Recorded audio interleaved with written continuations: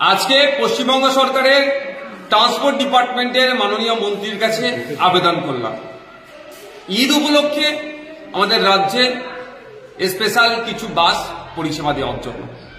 কারণ এই সময় ভিন্ন রাজ্য থেকে পরিযায়ী শ্রমিকরা বাড়ি ফিরে অনেকের যোগাযোগ মাধ্যম হচ্ছে বাসে করে ফিরতে হয় আমাদের রাজ্যের মধ্যে, এবং শহর থেকে মফস্বল এলাকাতে যারা কর্মক্ষেত্রে শহরে থাকেন তাদের ফিরে আসতে অনেক অসুবিধা হয়।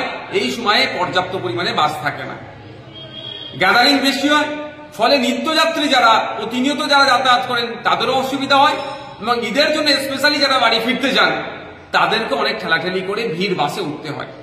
আমি রাজ্যের মাননীয় পরিবহন মন্ত্রীর কাছে আবেদন করেছি যাতে নতুন বাস নামানো যায় ঈদ উপলক্ষে, দক্ষিণবঙ্গ থেকে উত্তরবঙ্গের যে যাতায়াতের মাধ্যম যে বাস রুট যেটা আছে আরো বাড়ানোর জন্য, এবং শহর থেকে মফস্বল এলাকাও বাস বাড়ানোর জন্য।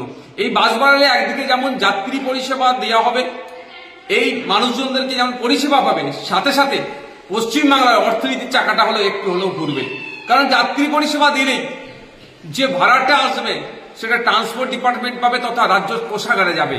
তাই মাননীয় মন্ত্রী মহাশয়ের কাছে আবেদন করছি উনি মানবিক হয়ে আমাদের আবেদনের সাড়া দিয়ে এই ঈদ উপলক্ষে বিভিন্ন রুটে ঈদ স্পেশাল বাসের তিনি ব্যবস্থা করবেন।